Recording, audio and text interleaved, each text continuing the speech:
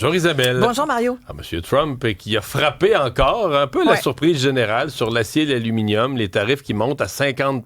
50%, c'est pas rien. Ça brasse quand même une industrie qui avait déjà été passablement brassée avec cette première imposition de 25%.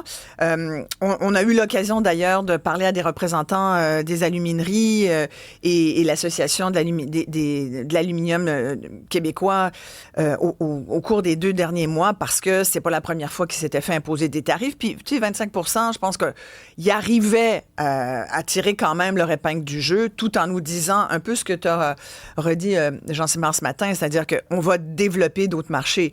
Mais ça reste que notre premier client, à nous, Québécois, c'est les États-Unis. Alors, c'est sûr que 25%, on était capable, 50%, ça devient un grand enjeu.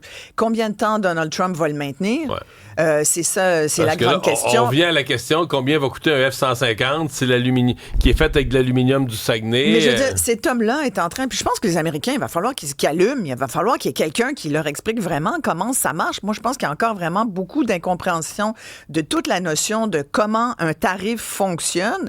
Tu sais, il y a encore beaucoup d'Américains qui pensent que c'est les autres qui le payent à eux puis que ça fait plus d'argent dans leur poche. C'est juste le contraire. Tu sais, il y a encore beaucoup de gens qui pensent ça. Peut-être qu'il y en a, mais quand même, les Américains sont contre les tarifs. Quand c'est sondé spécifiquement cette question-là, les gens disent on est contre. Quand on leur explique. Et surtout, quand ils se rendent compte que quand ils veulent acheter des biens, puis là, avec 50% de tarifs sur l'aluminium, l'acier, ben là, tu comprends que le prix des véhicules aux États-Unis va augmenter. Puis le prix des téléphones, c'est pas vrai que Apple va se mettre à ouvrir des usines demain matin aux États-Unis.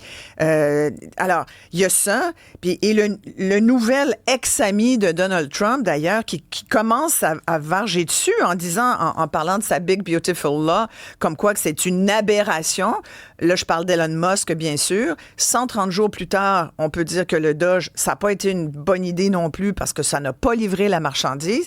Fait que tu regardes tout ça puis tu dis, il y a comme un échec jusqu'à maintenant des politiques et tarifaires et économiques qui visent à réduire le poids de l'État et à faire des économies aux Américains. Là, sur la question de l'acier et de l'aluminium, c'est sûr que nous, on est allé, Dominique Leblanc est allé lundi à Washington. Il a été entendu, tu sais, c'est comme il a dû se faire dire je t'entends, mais tu sais, ça veut pas dire que... Il a dit les discussions se poursuivront. Ben, ils prennent des notes. Ben, écoute, en attendant, ce matin, là, j'écoutais à l'instant Christine Fréchette, ministre de l'Économie, qui disait, c'est sûr que ça se peut, elle l'a dit, là, je la cite, dans le domaine du possible des pertes d'emploi.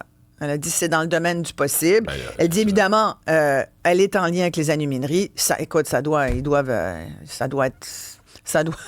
ils doivent en jaser fort, puis ils doivent faire en sorte là, d'essayer de voir, parce que c'est la question de la liquidité, c'est le cash flow. Ça te tue des industries, là. Ouais. Ça te tue des industries.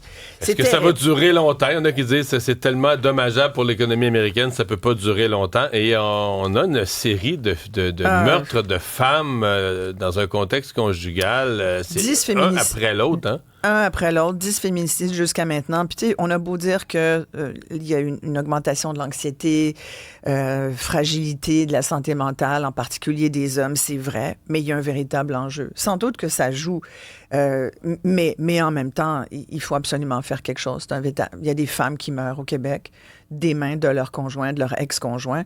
Et c'est depuis... La dernière, c'est à Sherbrooke, c'est terrible, c'est terrible. Dans l'émission, tout à l'heure, je vais recevoir Pierre-Hugues Boisvenu parce qu'il a comparu hier devant la commission des libérations conditionnelles parce que l'assassin de sa fille, pour la première fois, a reconnu qu'elle avait été au mauvais endroit au mauvais moment. Peux-tu croire? Il demande des libérations conditionnelles. Pierre-Hugues Boisvenu a beaucoup de choses à dire là-dessus. On va lui parler tout à l'heure. Mais là, en entrée de jeu, je vais parler avec la ministre responsable de la forêt. Tu sais qu'il y a une réforme de la forêt qui est en train d'être préparée par le gouvernement, qui veut la faire adopter. Il y a à peu près tout le monde qui est contre. Alors, j'ai très hâte de voir ce qu'elle va dire là-dessus. Et ça a créé des remous, entre autres, dans les communautés autochtones qui bloquent des routes au Saguenay-Lac-Saint. On parle de peut-être un prochain Oka. Alors, c'est pas un dossier léger, là. À suivre. Bonne émission. Merci à Isabelle Perron. Merci à Audrey Gagnon d'avoir été là. Merci à vous. On se retrouve demain.